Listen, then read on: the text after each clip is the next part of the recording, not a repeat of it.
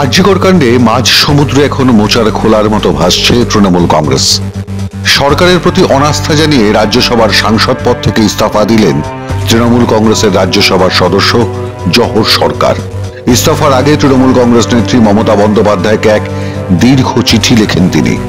সেখানে তিনি স্পষ্ট করেন, এই মুহূর্তে রাজ্যের মানুষের যে স্বতঃস্ফূর্ত আন্দোলন ও রাগের বহিঃপ্রকাশ দেখছি, তার মূল কারণ কতিপয় পছন্দের আমলা ও দুর্নীতিগ্রস্ত ব্যক্তিদের পেশি শক্তির আস্ফালন। জহর সরকার লিখছেন, তার 70 বছরের জীবনে এমন ক্ষোভ ও সরকারের প্রতি সম্পূর্ণ অনাস্থা আগে কখনো দেখেননি।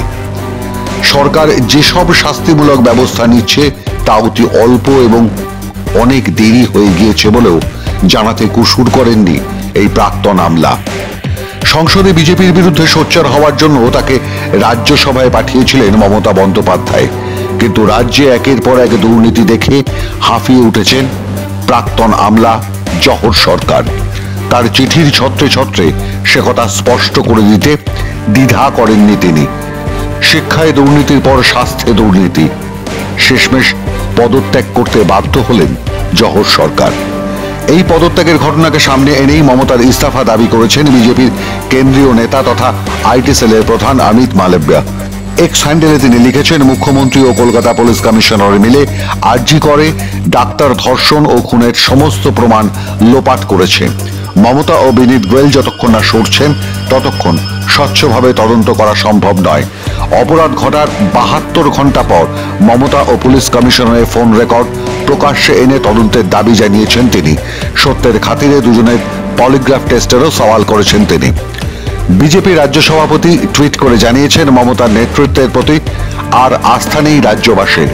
জহর সরকারের পদত্যাগ তারই প্রমাণ। শুধু জহর সরকারই নয়, আরজিকর ঘটনার পর থেকেই বিদ্রোহের পথে হাঁটছেন আরও এক তৃণমূল কংগ্রেস সাংসদ, নাম সুখেন্দু শেখর রায়। তিনি এক্স হ্যান্ডেলে বারবার সরকারের ভূমিকার বিরুদ্ধে সোচ্চার হয়েছেন, পথে নেমেছেন, বসেছেন অনশনে। এই সুখেন্দু শেখর রায় জহর সরকারকে তৃণমূল কংগ্রেসে টানতে উদ্যোগী হয়েছিলেন সর্বপ্রথম। তাই প্রশ্ন উঠছে, তৃণমূলে এই ডামাডোল যখন তুঙ্গে, তখন সুখেন্দু কি সেই পথেই হাঁটবেন? সবকিছুই সময় বলবে। তবে আরজিকরের বিচার চেয়ে সারা রাজ্য যখন পথে নেমেছে, তখন জহর সরকারের পদত্যাগ মুখ্যমন্ত্রীর কাছে এক বড় ধাক্কা, তা সকলেই বুঝতে পারছেন। তবে প্রশ্ন একটাই, এই ধাক্কা, এই লজ্জা স্বীকার করে তিনি কি মুখ্যমন্ত্রীর পদ থেকে সরে দাঁড়াবেন? বাংলার মানুষের কাছে এটাই এখন লাখ টাকার প্রশ্ন। এ ব্যাপারে আপনারা কি চান লিখে জানান আমাদের। মাধ্যম ব্যুরো রিপোর্ট।